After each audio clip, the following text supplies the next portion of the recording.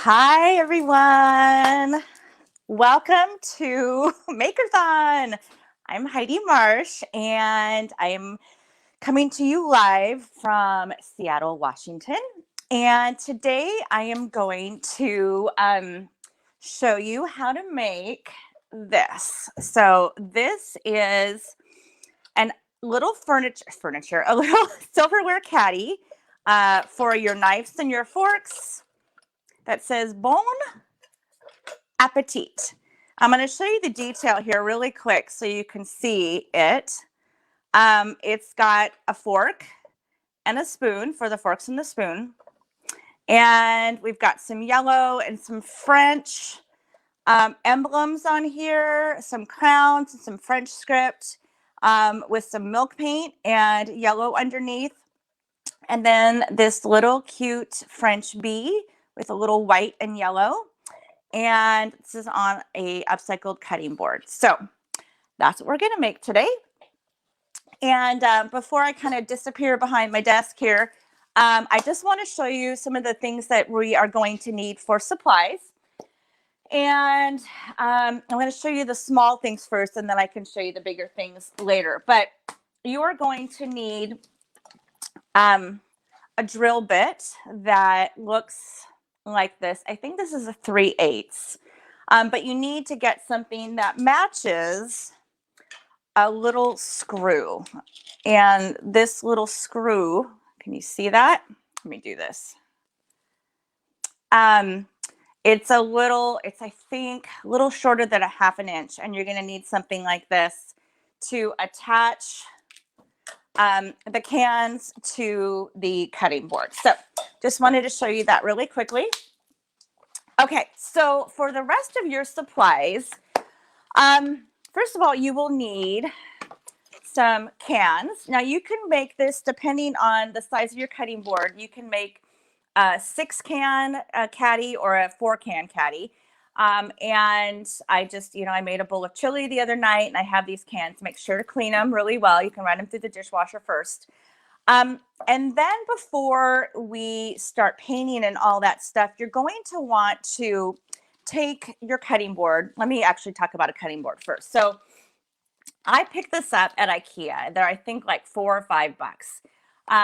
But I would recommend getting something upcycled. So go to your local thrift store, find a cutting board, and if it's the traditional size and it's too tall, just cut off the bottom so that proportionally your cans aren't dwarfed by the size of the cutting board. Okay, so once you have your cutting board, actually line up your cans where you want. And if I'm using 2 cans because this is a small cutting board.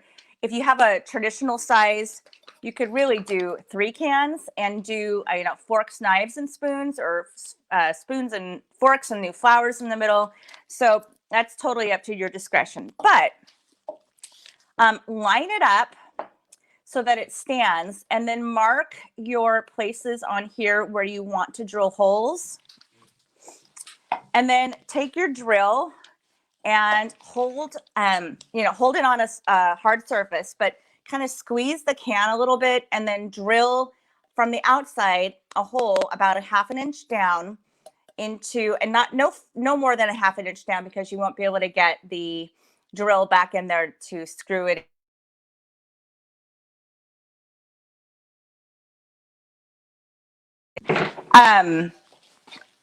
Okay, 1 second. I thought I had this on Do Not Disturb, and I'm getting a call, and it is on Do Not Disturb, but I don't know, it must not be working. Technology. Okay, so back to our regularly scheduled program. Okay, so drill the hole in your cans, and then we will attach it to the board when it is done. So that's the technical details, and we got those out of the way. So the next step is to, let me actually go over our supplies. So you need your cans, you need the cutting board. You're going to need some paint, and this is Amy Howard at Home's paint, but they have the same color in a Maker Studio size, and this is in the Maker Studio. It's called Hissy Fit. Can't believe I remembered that. It's a very, very fun yellow. And then you will need some black paint. And then you will need, the only thing from Amy Howard at home you will need is Toscana milk paint. And I did this in Marsh Gray. It's a very, very, very light gray. You can also do Strasbourg white, which is a pure white. So either one will work. You will need the stencils of your choice, which I will show you and go over with in a second. You will also need gel art ink. You will need black and white. And then, oh, the best part, stamps. So we don't see a lot of work with stamps on here as much as I would like, but there is this super cute, again, I've used it a million times, you guys, but they're the bee, French bee stamp. And it's got all these little cute emblems with lots of bees. And that's what we're going to use today. So that, and then you will also need a container, a mixing spoon, a little glass of water with a sea wool sponge. That sea wool sponge is going to be very important. And then a foam dome. Okay, so I think that is all the supplies that we will need. Okay, now let's start. So step one is cleaning out your cans, making sure they don't have any leftover food in them. Clean them up. And then the first step is to paint it. For the sake of time, I've already painted this can. I painted the outside yellow. And when I did this the first time, I didn't paint the inside of the can. But once I saw what it kind of looked like up here, you don't want to see the ugly, like some of them have like a copper inside. Some of them are silver. So go ahead and paint the inside of the can. It won't take you very long. So I just did this with some black so it kind of disappears. So paint all your cans. Then once that is painted, we are going to do milk paint, which is going to make it look like that. So let me demonstrate that. The milk paint, I won't go into all of it, but it's one of my favorite substances to use, especially on furniture. And it's really, really easy to make. Don't let the powder intimidate you. You just do a 1-for-1 mix of the powder with water. And I've already done that. And you're just going to stir it up. Now, if it's been a while since you've stirred it, it will settle. So you just need to make sure that you stir it up again and keep agitating it so it stays mixed up. And if you make a larger batch for like, you know, a lot of projects, you can stick it in the fridge for up to 2 weeks and it will stay, it will not go rotten. Okay. So now you're going to take your seawool sponge, you're going to get it wet and then wring it out so it's pliable, right? You don't want to work with a hard sponge. And you're going to take your sponge and you're going to dip it in your milk paint, wring it out, and then you're just going to dab it on here. Now, it might be hard to see here. It's kind of messy, so I put my apron on for that very reason. Now, you can also apply this with a brush if you want to. It just depends on what kind of look you are going for. I'm like, why do I have black paint on here? The inside isn't dry yet. Oh, my goodness. Well, let's chalk that one up for my blooper reel. I work in my I call it my babe cave. It's our basement, and it's been fairly cold here in Seattle lately. And our house was built in 1926, so it's almost 100 years old, and the insulation isn't great down here. So usually I have a space heater. I didn't turn it on this morning. And I'm kind of cold. And so when I don't do that, things don't dry very quickly. And I painted that an hour ago and it's still wet. So, oh my gosh, that's too funny. Okay, so you're going to just dab it on. Again, you can put it on with like a chip brush or a regular brush or this. You're going to let that dry. And you can let it dry if you just to the touch with air dry, or you can take like a heat gun or a hair dryer and speed it up. I sometimes go back with a second coat of milk paint just to give it some more dimension. And so you're going to let that dry. So that's step 2. Get the paint off my hands. Okay. All right, step 3. Once it is dry, it's going to look like this. Then you're going to take the same seawool sponge. You're going to dip it. You're going to have some water. You're going to dip it in your water. You know, clean it out first, like I didn't do because I don't have a sink with me right here. But dip the water in, and you're going to use this as a negative tool. So that means you're going to use this to take some of the milk paint off. You're going to distress it like this. So you can just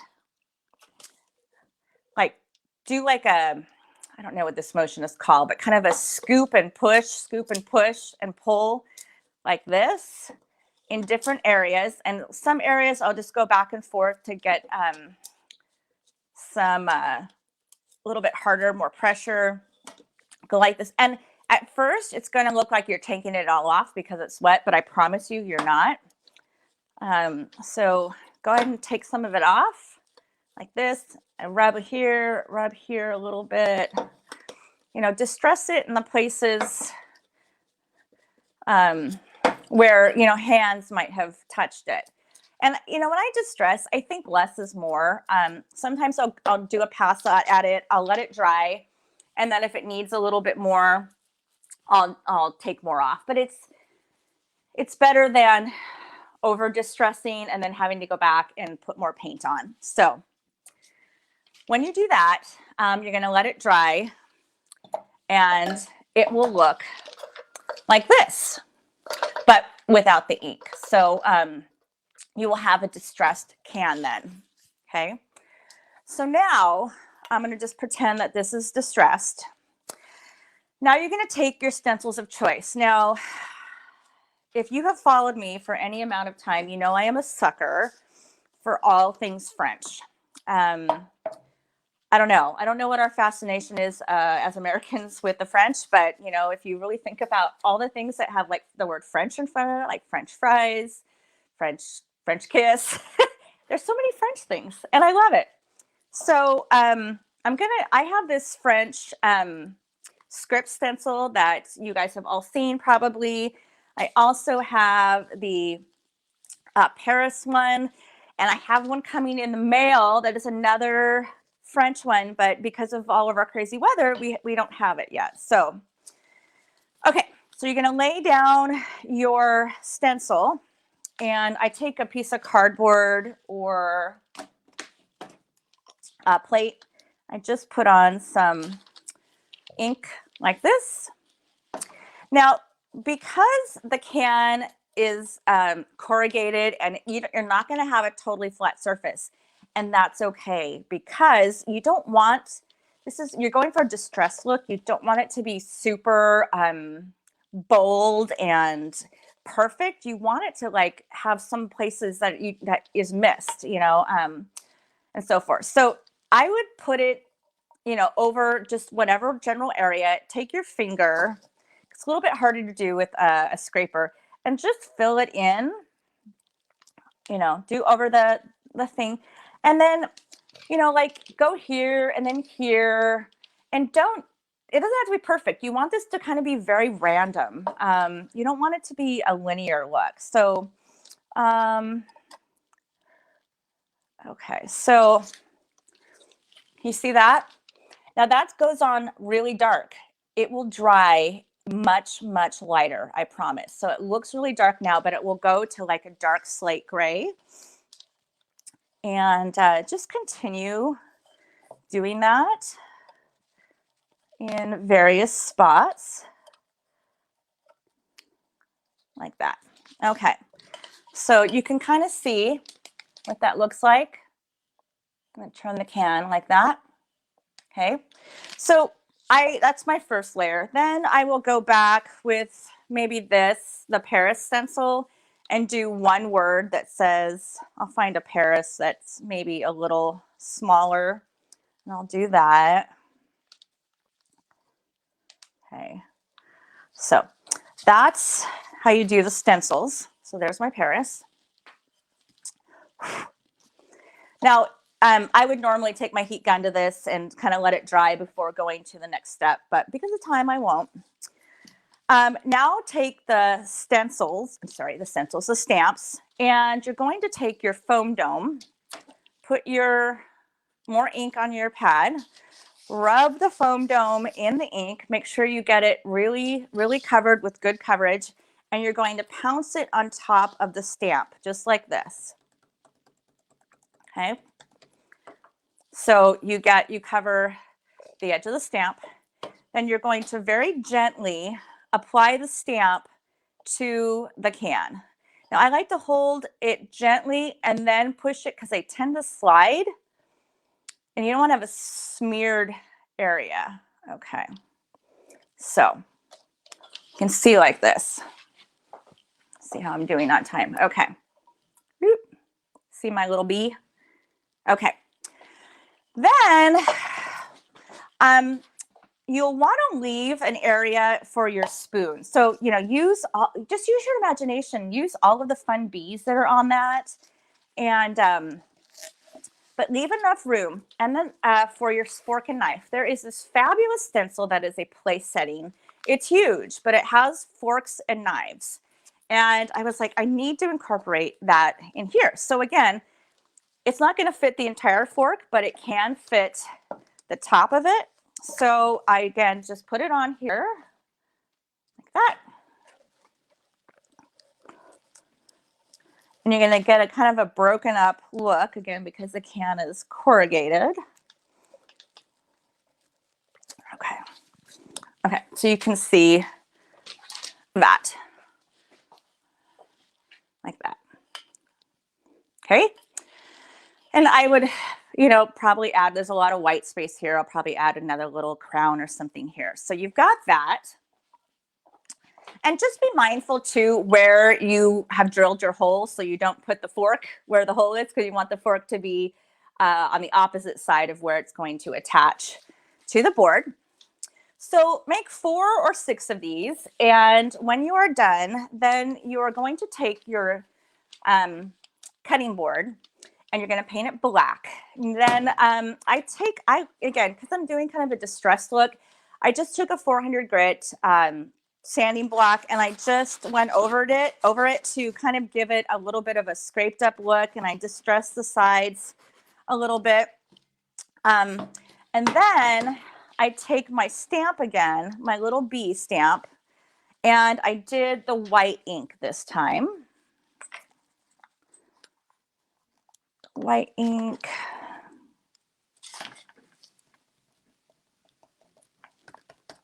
Now the key to that is to not put too much on, just enough to cover it. And okay, there you go. There's your little bee.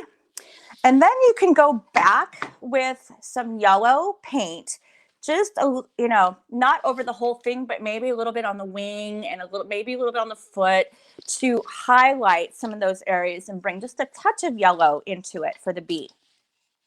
Then there's one last stencil. It is the Bon Appetit stencil. And obviously, because it was not big enough to fit the whole thing, I did Bon on one side and Appetit on the other. And again, I'm going to use the white. Gosh, you guys, 20 minutes goes so fast. I'm going to write up this tutorial and do a whole YouTube video on it with all my links and all that good stuff. So be on the lookout for that in the next week. You can find me on social media under the moniker or the name Revive Heart and Home. So you can go to YouTube and type in Revive Heart and Home. That's my website too. Facebook, facebook.com/revive heart and home. You know, you get it. You get the idea. So that's how you can find me too. So I would love to answer questions for you if you have them. Sorry, that's my husband. So, okay, I did this fast. I was a little sloppy on it, but there's bon appetit. And then you will let all of that dry, and then you will attach your cans like this. And then you will have this. And I love that it has this little hole in it. And you can just, you can hang it up and just easily carry it out to your picnic table, or even indoors for your next spring get together. So anyway, it's a pleasure doing this live with you guys. I can't wait for spring, and enjoy your crafting today. So thank you guys.